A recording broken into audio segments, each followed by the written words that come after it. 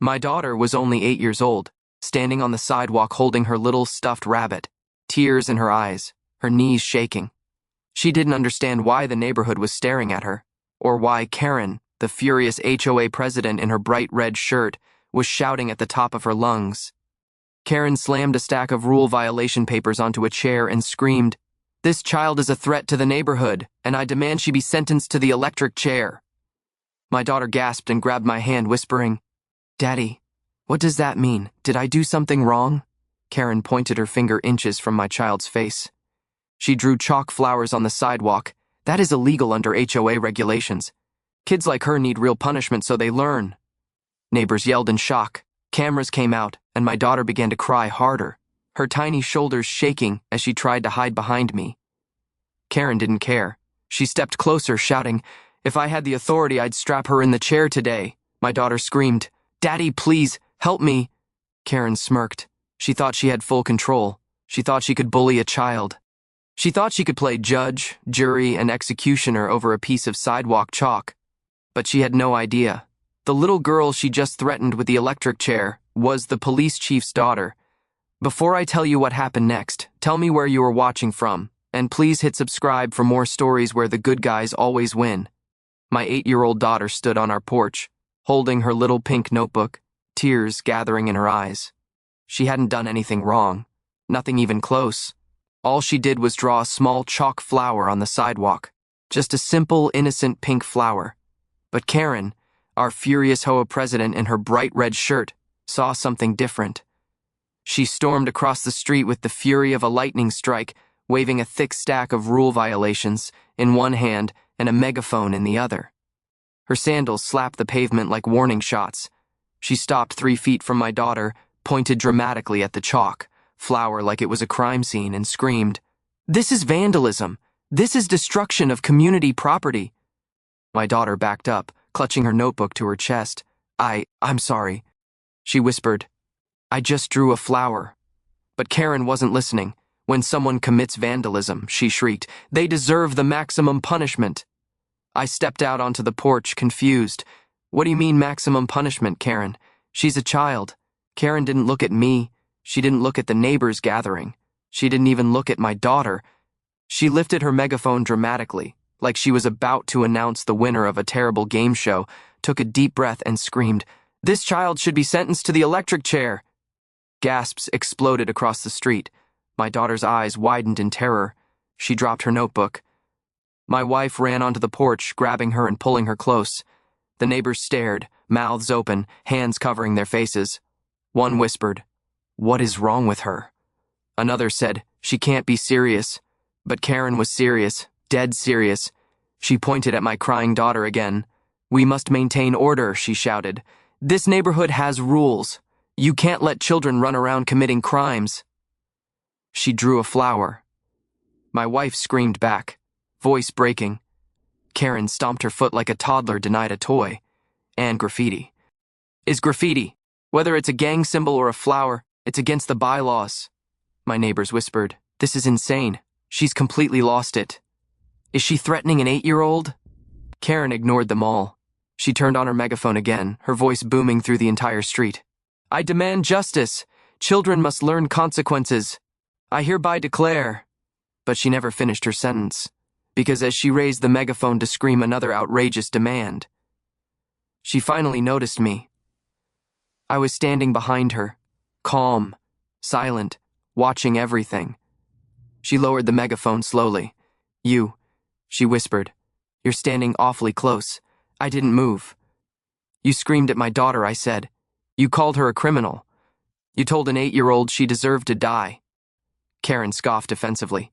"She broke the rules. HOA violations must be punished. Nobody is above the law." "You're not the law," I said quietly. Karen rolled her eyes. "Oh, please. I've given you 2 warnings about your trash cans. You don't scare me." The neighbors stared, knowing what was coming next. Very slowly, I pulled back my jacket, just enough to reveal the gold badge clipped to my belt. The badge she never knew was there. The badge she had ignored. The badge she wished she hadn't just seen. Karen's face drained of color. "You," she stammered. "You're with the police?" I stepped closer. I'm not just with the police, I said. Her mouth hung open. I took a breath, my voice low and controlled. I'm the police chief. The effect was instant. Karen's jaw dropped. Her megaphone fell from her hand. The paper she'd been waving fluttered in the wind like defeated flags. Neighbors gasped. My wife exhaled in relief. My daughter clung to her mother's shirt, still shaking. Karen stepped backward so fast she almost tripped over her own feet. I didn't know, she whispered. I didn't know she was your daughter. You shouldn't need to know, I said. She's a child. That should have been enough. Karen shook her head violently. No, you're twisting this. I didn't mean. I wasn't really saying she should be. I was just enforcing the rules. You threatened an 8-year-old, I said. Karen's voice cracked. I wasn't serious. It was a metaphor, a figure of speech. You know how the HOA works. We use strong language to motivate compliance. You used it on the wrong family, I said. Quietly. Karen's knees wobbled. Her hands shook so hard she dropped her clipboard. She looked around at the neighbors, desperate for support, but not one person stood with her. Everyone had witnessed her cross a line no one could defend. The chalk flower remained on the ground, small, pink, innocent, while Karen realized far too late what she had done. The little girl she just sentenced was the police chief's daughter, and nothing in her HOA rulebook could save her now.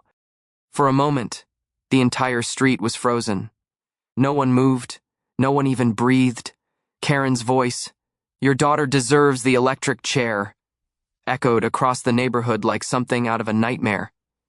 My 8-year-old daughter clung to my wife's leg, her small hands shaking, her eyes wide with terror. She didn't understand what an electric chair was, but she understood the fear in everyone's face, and that alone broke my heart. My wife knelt and wrapped her arms around her. "It's okay, baby. You're safe," she whispered, forcing calm into her voice even as her eyes burned with mother's anger. Karen, however, was still pacing like a deranged judge holding court.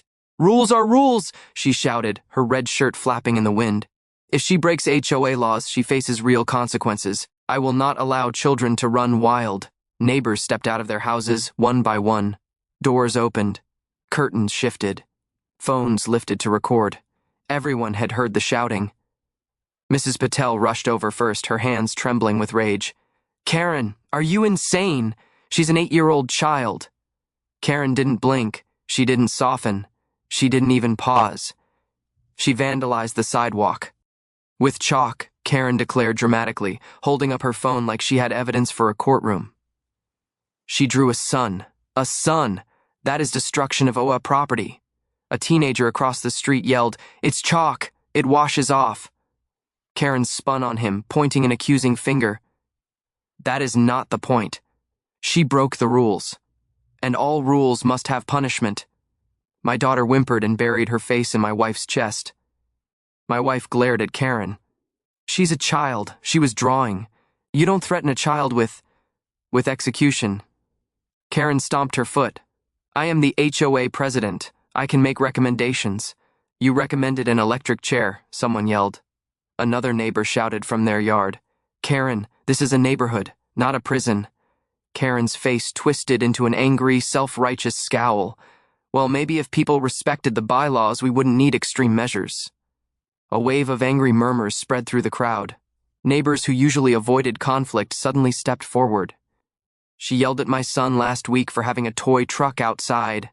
She fined us for letting our dog sit on the porch. She told my grandmother her flowers were offensive. She tried to buy and Halloween decorations." Karen waved them off like flies. "You all break the rules," she shouted. "I am the only one holding this place together."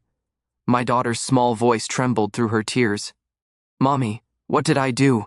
I just drew a sun. Am I in trouble?" My wife hugged her tighter. "No, sweetheart. You did nothing wrong." Karen snapped at her again. "That chalk sun is graffiti and vandalism. It ruins the image of this neighborhood." A neighbor shook his head, furious. "You're scaring a child. What's wrong with you?" Karen rolled her eyes dramatically. "Oh, please. Children need correction. They must learn consequences. If we start young, the neighborhood stays clean." "She's 8, my wife shouted. Karen shrugged. "Old enough to follow rules." I stepped forward finally, but quietly, controlled. not raising my voice yet. I stood behind my wife and daughter, my shadow falling over all three of them. Karen turned toward me. "Oh, now you show up?" she said with an annoyed laugh. "Well, good, because you need to hear this too." She jabbed her finger toward my trembling daughter. "If she ever breaks OA rules again, I will push the board to pursue maximum punishment. And I do care if she's a child. I refuse to let this neighborhood turn into chaos." My wife whispered, "She's threatening our daughter." Karen crossed her arms, chin held high. "It's not a threat, it's justice." The neighbors gasped. "Justice? For sidewalk chalk?" "She's lost her mind. Karen, you're out of control." But Karen doubled down. "If we start letting 8-year-olds do whatever they want, next thing you know, teenagers will start painting murals. Parents will leave toys out. People will plant illegal flowers. No. I will not let IT happen." My daughter cried harder. "I just wanted to draw." My wife glared with fire in her eyes. "And she just wants to feel safe." Karen laughed again, a sharp, ugly sound. "Well, maybe she should be scared. Maybe then she'll follow the rules." A wave of disgust rolled through the crowd. That's when a neighbor said loudly, "Do you even hear yourself?" Karen looked around. Half the neighborhood was out now, all watching her, eyes angry, phones recording. The panic flashed in her eyes, for the first time, but she still tried to recover her power. "I don't care," she shouted. "Record all you want. I am right. I am protecting this community." I took 2 steps forward. Karen stepped back. Her voice flinched. Her eyes twitched. Her confidence cracked. She didn't know why. But she was about to. She was shouting at a man whose badge she still hadn't seen. She had threatened the wrong child. And the crowd knew it before she did. Karen wasn't finished humiliating my daughter. Not even close. After accusing my 8-year-old child of crimes against the HOA simply for drawing chalk flowers on the sidewalk, Karen stormed back to her house, muttering to herself like she was preparing for war. We hoped she would cool down. We were wrong. 10 minutes later, she marched back across the street, dragging a folding table, a cheap wooden gavel, and a plastic bin overflowing with papers that looked like she had printed them at 3 a.m. during a caffeine meltdown. Neighbors stepped outside again. Everyone watched, whispering as Karen set everything up right on my front porch like she was preparing to film her own courtroom TV show. My daughter clung to my arm, her small fingers shaking. "Dad, what is she doing?" she whispered. "I don't know," I said softly, though inside I already feared the answer. Karen slammed the folding table open, nearly smashing her own fingers. She placed a clipboard on top like it was a judge's bench. Then, dramatically, she held up the gavel. "Yes, perfect," she shouted to no one. The neighbors blinked. Some recorded. Some shook their heads. Everyone knew something unhinged was coming. Karen then dragged out a lawn chair, an old white plastic one that had seen way too many summers, and placed it next to the table. She dropped a bunch of tangled Christmas lights on it. My daughter frowned. "Why are there Christmas lights, Daddy?" Before I could answer, Karen clapped her hands like she was unveiling a masterpiece. "Behold," she screeched, "the electric chair." Everyone froze. My daughter quietly stepped behind me, her breath shaky. Karen tossed her blonde-gray hair dramatically over her shoulder and pointed her gavel at my little girl. "You," she yelled, "you will sit in that chair and face your consequences." That was it. The entire neighborhood erupted. "What is wrong with you? She's only 8. Karen, this is insane. Are you seriously staging a fake execution over chalk?" Karen ignored all of them. She reached into her pile of legal documents and pulled out what was obvious. Sly, a Word document printed with bold red text. She slapped it onto the table with a theatrical flourish. "This," she declared, "is an official HOA trial." She even said it with capital letters. My daughter's lip shook. "Dad, I don't want to be tried." "You're not," I told her firmly. "This is ridiculous." Karen banged her gavel on the table so hard it bounced off and flew into the grass. "Order!" she screamed. "Order in my court!" Neighbors burst out laughing, not because it was funny, but because it was unbelievable that a grown woman was doing this. Karen continued her meltdown. "As HOA president, I hereby charge this child with the following crimes: She held up another paper, reading dramatically. Crime number 1, chalk graffiti. Crime number 2, sidewalk pollution. Crime number 3, emotional damage to neighborhood aesthetics. A neighbor called out, "It's a drawing of a sunflower, Karen. Relax." Karen whipped around, pointing at him. "Silence, peasant." He laughed harder. Karen snapped back to my daughter. "You will sit in the electric chair," she demanded, "until you admit your crimes and beg for Hoa forgiveness." My daughter burst into tears again. That's when I had enough. I stepped forward. "Karen," I said, my voice lower and sharper than before. "You're scaring a child. Stop this." But Karen wasn't done. She stepped closer, pointing her finger at my daughter's face.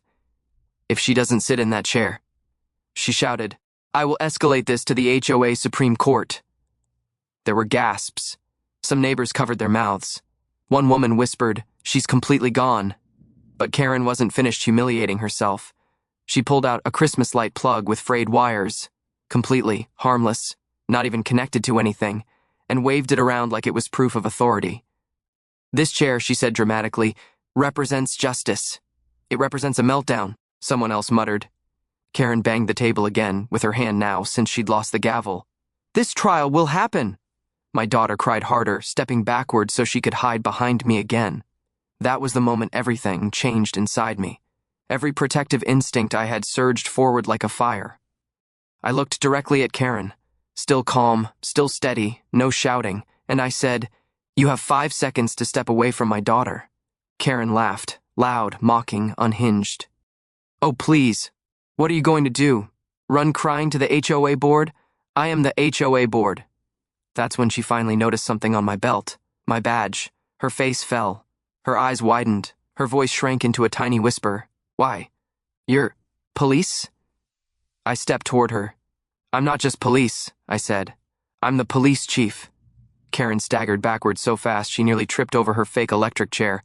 Her hands shook. Her mouth trembled. Her eyes filled with panic. She looked at the badge again almost, hoping she imagined it. You never said that," she cried. "You never asked," I replied. The neighbors murmured.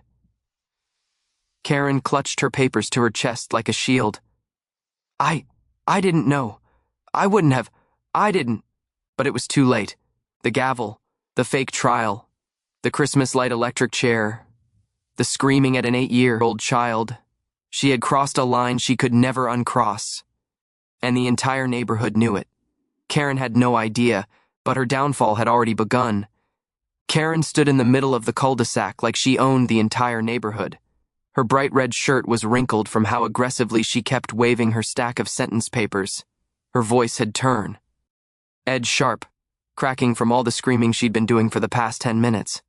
"This child must be punished," she shouted, pointing directly at my 8-year-old daughter. "She broke my rules, she disrespected my lawn, and I, as Hoa president, declare her guilty." My daughter trembled behind my legs, gripping the back of my jeans with both hands. She was trying so hard not to cry, but her eyes were already filled with fear. Her little voice shook as she whispered, "Daddy, I didn't do anything wrong." My heart ached just hearing that, but Karen didn't stop. She never stopped. Karen stomped forward, lifting her stack of ridiculous documents. "These are official HOA sentence papers," she yelled proudly. "They clearly state the punishment for repeated violations." "What punishment?" a neighbor asked cautiously. Karen turned dramatically toward the small crowd gathering. "The electric chair," she screamed. "As the only authority here, I demand this child be corrected through fear and discipline." Gasps exploded through the neighborhood. One woman covered her mouth. A man muttered, "Is she insane?" Kids ran behind their parents, frightened. My wife stepped forward, her face furious and shaking. "Karen, she is 8 years old." Her voice cracked with disbelief. "What kind of monster says something like that about a child?" Karen snapped her fingers loudly. "A child who refuses to follow OA rules must learn consequences." She held up her ridiculous fake sentence papers like they came straight from a courtroom. "I have the highest authority in this community." "No, you don't," my wife shouted. "You're not a judge. You're not law. You're not anything." Karen rolled her eyes. "Oh, please. You all need me. Without me, this neighborhood would be chaos." People murmured angrily. For years she had bullied this street. This time she had gone too far, way too far. A neighbor stepped out holding a phone, already recording. Karen screamed at him, "Stop filming! You don't have permission!" He didn't stop. My daughter peeked out from behind my leg, her eyes watery, cheeks pale. "Dad, am I in trouble?" she whispered in a tiny voice. I knelt down and held her face gently. "No, sweetheart, you did nothing wrong." But Karen pointed at her again. "Do not comfort her. Criminals don't deserve comfort," she barked. My wife spun around. "Stop calling her at. She's a little girl." Karen waved her paper at us like a sword. Ah. I told you, I am the highest authority in this neighborhood. You must obey me." The crowd erupted. "No, you're not. You can't say that. You've gone too far, Karen. She's a child." Karen ignored them all. She marched toward my daughter again, raising the papers like she was delivering a final judgment. "This child will be punished, and if her parents don't enforce it," she pointed directly at me, "then you will be removed from the neighborhood as well." My wife gasped. "Removed? For what?" "For resisting my authority," Karen shouted. Laughter broke out. Nervous, shocked laughter from the neighbors. Karen turned bright red. "Oh, you all think this is funny? You think I won't do anything? I run this place." Her voice grew louder and louder, so loud it almost didn't sound human anymore. "I make the rules. I give the orders. I deliver the sentences." My daughter whimpered behind me. I finally stepped forward. "Karen," I said quietly, "that's enough." "No, it isn't," she screamed. "This child must face consequence or this neighborhood loses its integrity." She lifted the stack of papers higher than ever. "And this sentence will be the electric." She stopped.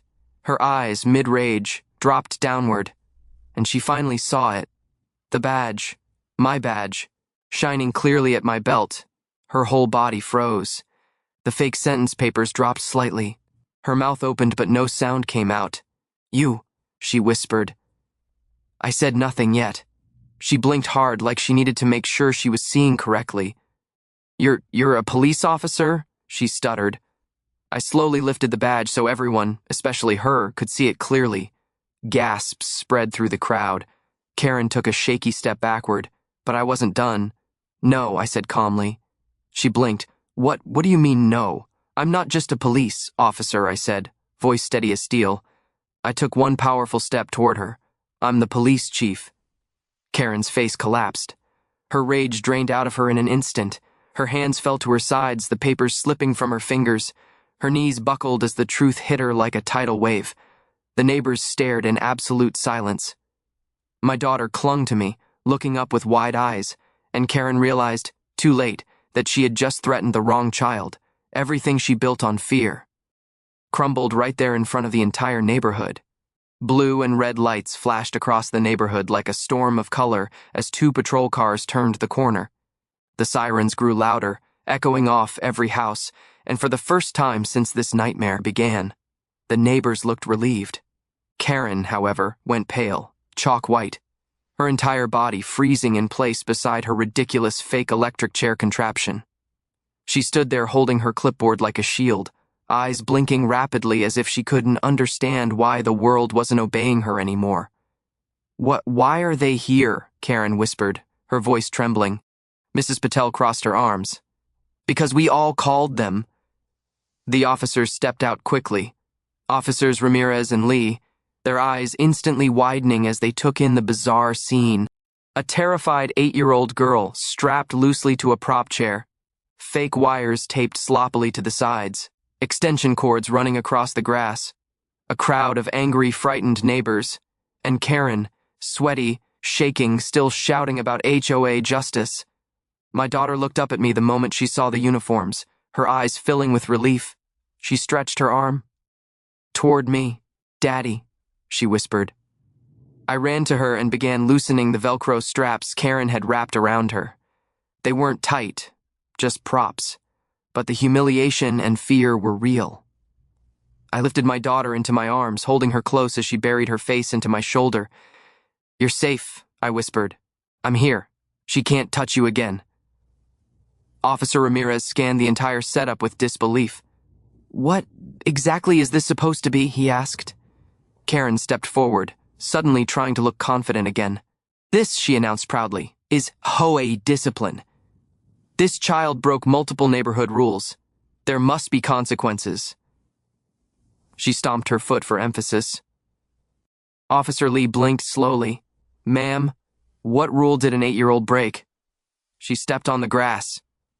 Karen yelled, and she chalk drew an unapproved flower pattern. That's vandalism. My daughter whimpered softly in my arms. Some neighbors groaned, others covered their faces. One muttered, "She's completely lost it." Officer Ramirez closed his notepad. "Karen," he said in a firm voice, "you created a fake electric chair set up to scare a child?" Karen put a hand on her chest dramatically. "I did not scare her. I was educating her, teaching her to respect the rules. Kids today have no discipline, and this neighborhood will fall apart if I don't step in." A man from across the street shouted, "You strapped an 8-year-old to a plastic chair." "I used Velcro," Karen shouted defensively. "It's safe." Officer Lee stared at her for a long, stunned moment. "Ma'am, you can't intimidate a child. You can't use props meant to imitate torture devices. You can't yell threats at families. And you definitively cannot pretend HOA rules override the law." Karen blinked like she had never heard anything so absurd. "But I'm the HOA president," she insisted. "I have authority. I file the complaints, I issue the fines, I make the rules. And none of that," Ramirez said slowly, "gives you the right to terrify a child." Karen looked around wildly for support, but the neighbors who once avoided her now stood united, shoulder to shoulder, forming a shield around my daughter and around the truth. "No one is on your side," Mrs. Lee said. "Not anymore." Karen's face twisted, cracking like a breaking mask. "You're all ungrateful," she shouted. "I sacrificed my weekends for Hoei meetings. I printed flyers. I patrolled the neighborhood. I've kept order here for years." Officer Lee exchanged a glance with Ramirez. "Ma'am," Lee said gently, "no one asked you to do that." Karen let out a choked, shaky breath. "You're wrong," she yelled. "You all need me. Without me, this place will fall apart." Then something inside her snapped. Her knees buckled, her shoulders slumped. Her clipboard slipped from her hand and clattered to the concrete.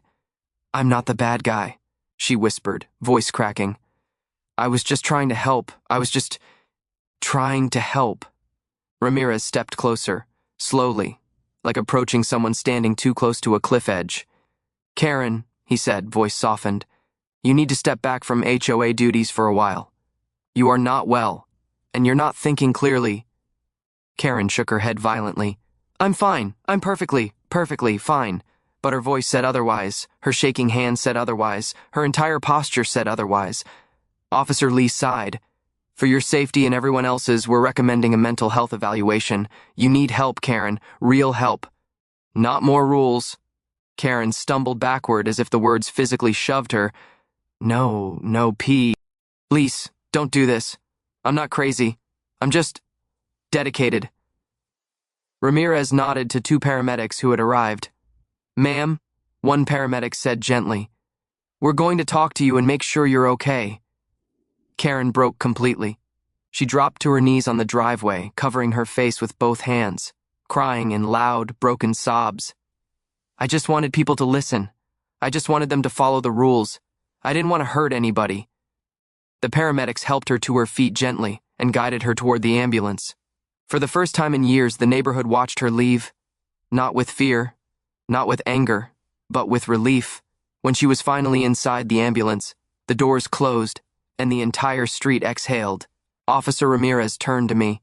"Chief, is your daughter okay?" I nodded, holding her close. "She's scared," I said softly, "but safe." The neighbors gathered around us, comforting, apologizing, reassuring.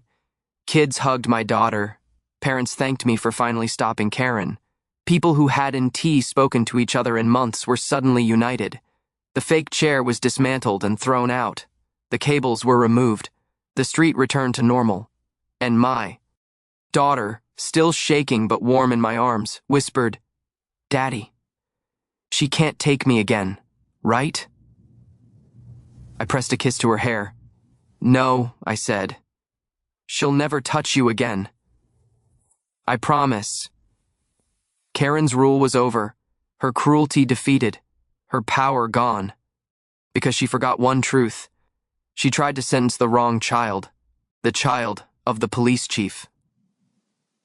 The house was quiet for the first time in days. My daughter sat on the couch wrapped in her soft blanket, her hair still short from the awful way Karen forced it to be shaved. But today, she was finally smiling again. A real smile, small, gentle, but real. The kind of smile a child deserves to have every day. She held her favorite stuffed panda in one hand and a cup of hot cocoa in the other. The warm glow of the living room lights rested softly against her face. I knelt in front of her and brushed a thumb over her cheek. Are you feeling better? I asked. She nodded. A little. I didn't like when she yelled at me, Daddy. Or when she said I deserved punishment. Her voice shook at the last part. I pulled her into a hug, holding her tightly, slow and warm. You never deserved any of it, I whispered. You didn't do a single thing. Wrong. Karen was wrong. Karen was cruel. And Karen will never come near you again. She squeezed me back, her little arms trembling. Outside, the neighborhood felt different, lighter somehow, softer. I could feel the shift in the air as neighbors walked from house to house, talking in tired voices about what had happened. Just yesterday, Karen, the HOA tyrant, stood in the community center demanding my 8-year-old daughter be sentenced to the electric chair for destroying property when she had only drawn chalk flowers on a sidewalk. She screamed. She ranted. She acted like a dictator. She demanded punishment. She tried to humiliate a child. She treated my daughter like a criminal.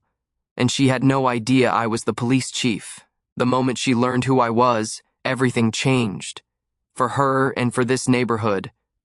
My wife walked into the living room carrying a tray of warm cookies. She set them down on the table, then leaned against my shoulder. She slept through the night last night, she whispered. That hasn't happened since everything. I kissed her forehead gently. That's good. She's healing. My wife nodded, but her eyes grew a little wet. I still can't believe someone could say something like that to a child. An electric chair? For chalk drawings? What kind of person thinks like that? I exhaled slowly. A person who thinks rules matter more than people. A knock came at the door. When I opened it, several neighbors stood outside. Mrs. Patel, the Ortiz family, Mr. Jamal from across the street, even the quiet couple who always avoided confrontation. They all looked determined. Is your daughter okay? Mrs. Patel asked gently. She's getting better, I said. Good, Mr. Jamal added, because we just held a meeting, and Karen has officially been removed from the HOA. Permanently. My wife gasped softly. Seriously? Oh, yes, Mrs. Patel said sternly. We voted her out, unanimously. She won't be harassing this neighborhood anymore.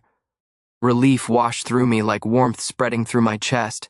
Thank you, I said, not just for that, for standing up for her. The Ortiz daughter, about the same age as mine, stepped forward holding a small paper bag. This is for her, she said shyly. It's hair clips. Pretty ones. For when her hair grows back. The kindness hit harder than I expected. I blinked away the emotion. She'll of them, I said softly. When they left, my wife wrapped her arms around me. I'm proud of you, she whispered. You kept calm. You handled everything. You protected her. I shook my head gently. I didn't do it alone. The whole neighborhood stood up. She smiled. That's because you showed them that kindness is stronger than fear. Later that night, I tucked my daughter into bed. She hugged her panda, her eyes drooping with sleepiness. Daddy? She said softly. Yes, sweetheart. Why did Karen hate me so much? I sat beside her and brushed her short hair back gently. She didn't hate you, I said. She hated losing control. She wanted people to fear her.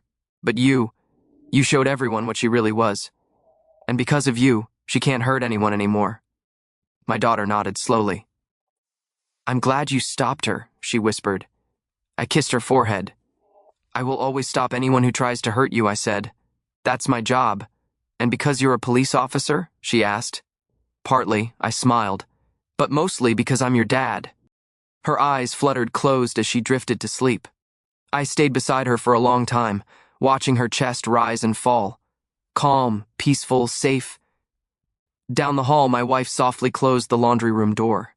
Outside, a cool wind brushed against the windows. The house felt lighter. The neighborhood felt gentler. The storm was gone. The fear was gone. Karen was gone. All that remained was the quiet, healing peace of a home finally at rest. As I stood to leave my daughter's room, I paused and looked back at her. Her tiny hands curled around her stuffed panda. Her soft breathing steady. Karen's cruel words echoed faintly in my mind. But they were powerless now, because the little girl she tried to sentence, the child she tried to humiliate, the sweet, innocent 8-year-old she targeted, was the police chief's daughter. And justice, real justice, always wins.